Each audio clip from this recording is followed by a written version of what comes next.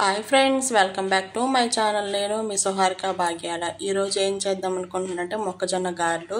ఇవి నాటు మొక్కజొన్నలు అండి. ఈ విధంగా శుభ్రంగా కడిగేసుకొని మొక్కజొన్న వడిసేసుకొని ఈ విధంగా మిక్సీ బౌల్లోని వేసేసుకొని గ్రైండ్ చేసేసుకోండి. ఇలా మెత్తగా పేస్ట్లా గ్రైండ్ చేసేసుకొని నేనైతే 1/2 kg బెల్లం వేసుకున్నానండి. 1/2 kg బెల్లం ఈ విధంగా వేసేసుకొని మొత్తం అంతాను కరిగిపోయే విధంగా మొత్తం కలిపేసుకొని ఈ విధంగాను పక్క పెట్టేసుకోండి.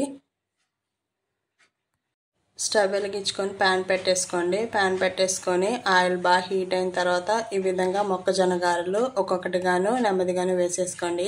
ఈ విధంగా వేసేసుకున్న తర్వాత స్లోగాను ఈ మొక్కజొన్న గారెలు ఈ విధంగా గంట తట్టి స్లోగాను వేగిపోయిన తర్వాత స్లోగాను తిప్పుకోండి. ఇలా తిప్పుకున్న తర్వాత అదేవిధంగా మొక్కజొన్న గారెలు వేసిన రోజే కాకుండా నెక్స్ట్ డే తినండి. చాలా టేస్టీగా ఉంటాయి. అసలు ఆ టేస్ట్ అసలు మీరైతే మర్చిపోలేరు, అంత బాగుంటాయి. నాకైతే అలాగే ఇష్టము. నేనైతే ఇప్పుడు అలాగే దాచిపెట్టేసుకుని తింటాను నెక్స్ట్ డేకి. అదేవిధంగా మొక్కజొన్న గారెలు అనేవి చాలా టేస్టీగా ఉంటాయి. ఎందువల్ల అంటే ఇందులో ఎక్కువగాను ఫైబర్ ఉంటుంది కాబట్టి ఇది పిల్లలకు పెట్టడం కూడా చాలా మంచిది. అదేవిధంగా బెల్లంలోనే ఐరన్ ఉంటుంది. ఈ విధంగా ఒక్కసారి మొక్కజొన్న గారెలు నేను చేసిన విధంగా ఒకసారి ట్రై చేయండి.